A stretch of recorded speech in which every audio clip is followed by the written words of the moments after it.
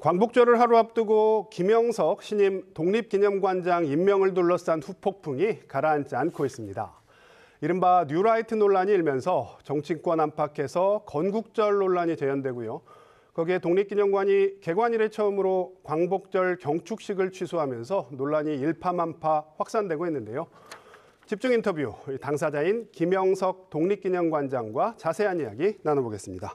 관장님, 어서 오십시오. 네, 반갑습니다. 네, 시간 내주셔서 고맙습니다. 자, 관장님, 취임하자마자 광복회를 비롯한 선양단체, 거기에 언론, 역사계까지 지금 강한 퇴진 압력에 시달리고 계십니다. 자, 일각에서는 국론 분열 양상이다 이런 얘기까지 나오는데 현재 상황을 관장님 본인께서는 어떻게 보고 계십니까? 예, 우리가 그동안 폭발하지 않았지 늘 이념적인 특히 역사 논쟁을 둘러싼 진영 대결이 있어 왔습니다. 그렇죠. 그래서 광복 60주년을 맞아서도 그때도 아주 큰 소위 그걸 갖다 학계에서 역사 전쟁이라고 합니다만 그런 논쟁들이 있어 왔고 또 지난 정권 시기에 문재인 정권 시기에 그 건국절을 1919년을 기준으로 건국절을 제정하려고 하는 움직임 때문에 굉장히 큰 소용돌이가 있었습니다. 논란이 있었다. 그래서 제가 2022년 광복절에 다시는 우리나라에서 이런 역사전쟁이 계속되어서는 안 되겠다. 그래서 끝나야 할 역사전쟁이라고 하는 책을 쓴 당사자거든요. 그런데 이번에 저의 취임을 둘러싸고서 저를 비난하는 쪽에서 저로서 납득할 수 없는 그런 주장들로서 지금 문제를 제기를 해서 정확한 진실을 우리 국민들에게 알릴 것이 필요하겠다. 특히 우리 천안기념관이 자리하고 있는 대전 충청 지역에 KBS에 제가 와서 말씀을 드리는 것이 좋겠다. 그래서 출연하게 되어졌습니다. 자, 문제 제기를 하는 쪽의 입장을 하나하나쯤 제가 짚어보도록 하겠습니다. 먼저 자격 논란. 독립기념관장은 기본적으로 독립운동을 했거나 아니면 후손이거나 독립운동사를 연구한 사람들이 맡아왔는데 관장님은 중국사 전공하셨다고 들었습니다. 그래서 학계에서 좀 알려지지 않은 사람인데 어떻게 됐지? 이런 일단 자격 논란이 있습니다. 여기에 대해서 뭐라고 해명하시겠습니까? 연구자라고 하는 것은요. 일반적으로 석사 논문을 한 편 써도 그 분야의 연구자라고 얘기를 합니다. 저는 석사 논문을 비롯해서 독립운동사에 관해서 10여 권의 저서와 또 그다음에 수십 편의 논문과 또 그다음에 심지어 수백 편의 독립운동에 관한 글들을 발표했던 사람입니다. 제가 박사 과정에서 그 서학에 대해서 이제 서학이라고 합니다만 그것을 연구하게 된 것도요. 우리나라 근대화의 뿌리가 되어지는 그 이제 우리나라 실학에 있어서 이제 그것이 학문적인 분야와 그다음에 이제 종교적인 분야를 나누어서 그때 서학이 등장하거든요. 그래서 그걸 보다 더 체계 있게 연구하기 위해서 제가 이제 박사 과정에 전혀 무관한 부분 아닙니다. 그렇게 논문도 했고 그다음에 무엇보다도 제가 그동안 써왔던 많은 논문과 저서들이 독립운동에 관한 것들이 있는데 기존 학회 특정한 곳에 같이 활동하지 않았다고 해서 그걸 인정을 못하겠다. 학자는 학문적인 성과, 저서와 연구로서 평가를 받는 것이지. 근현대사 연구를 계속 해오셨다는 얘기고. 자, 언론을 통해서 이제 본인은 뉴라이트가 아니다 이렇게 거듭 항변을 하고 계십니다. 근데 문제가 되는 발언들을 보면 뉴라이트와 좀 맥이 닿아 있는 발언들이 많거든요. 이 부분 어떻게 보십니까? 아니 지금 뉴라이트에 대한 정의가 아주 고무줄 잣대처럼 막 늘어납니다.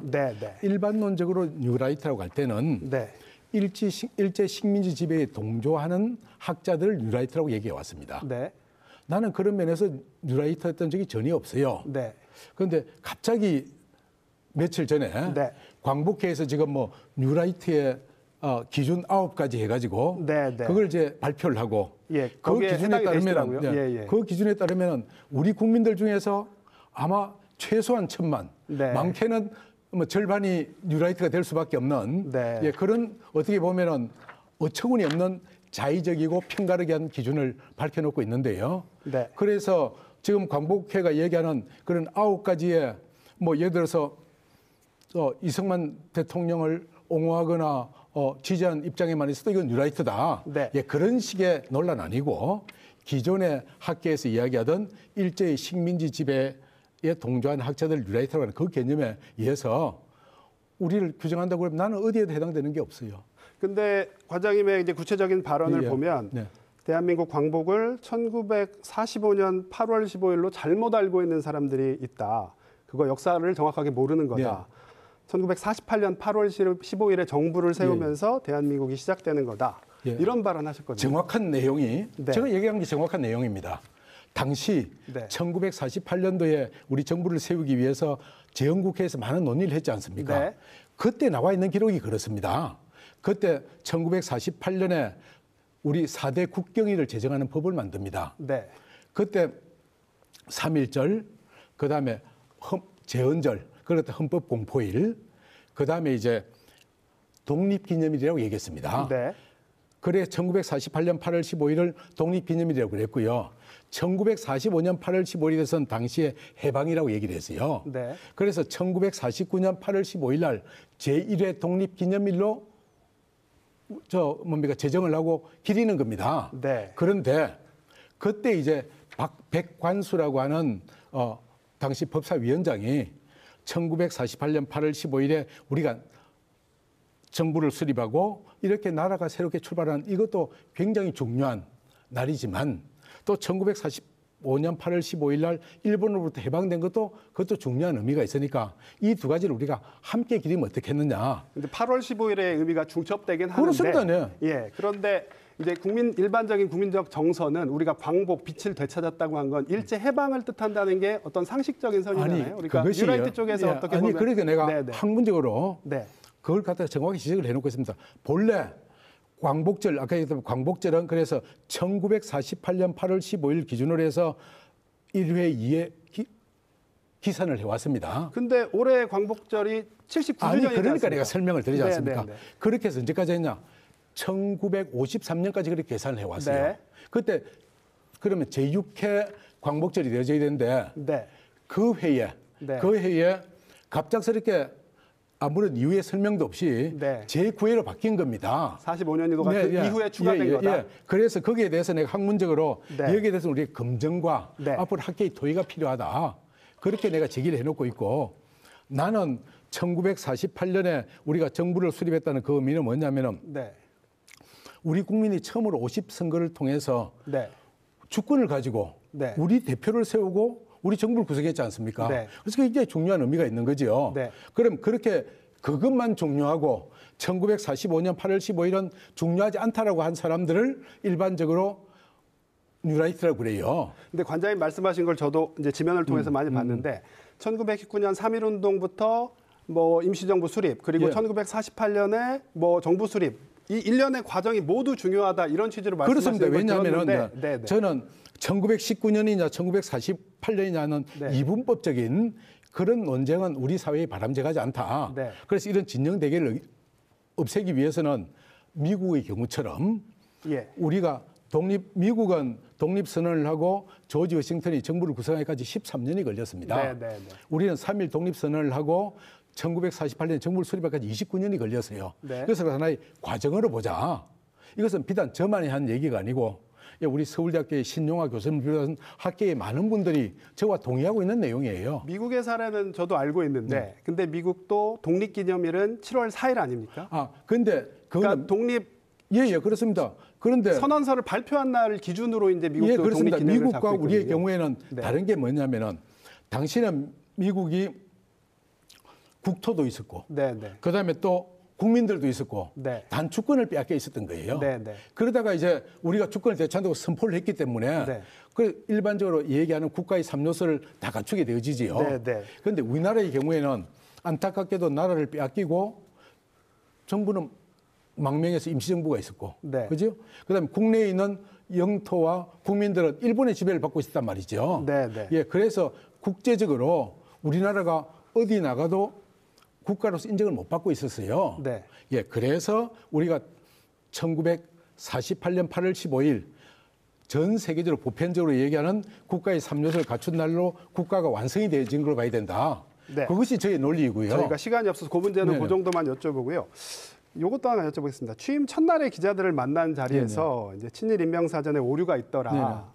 뭐 잘못된 기술에 의해서 억울하게 친일 인사로 매도되는 분들이 없어야 되겠다 이런 말씀을 하셨는데 뭐 얼마든지 학자적으로는 할 수 있는 얘기인데 이게 과연 독립기념관장이 할 소리냐 취임 첫날에 이런 반론도 있습니다. 제가 한 얘기가 아니고요.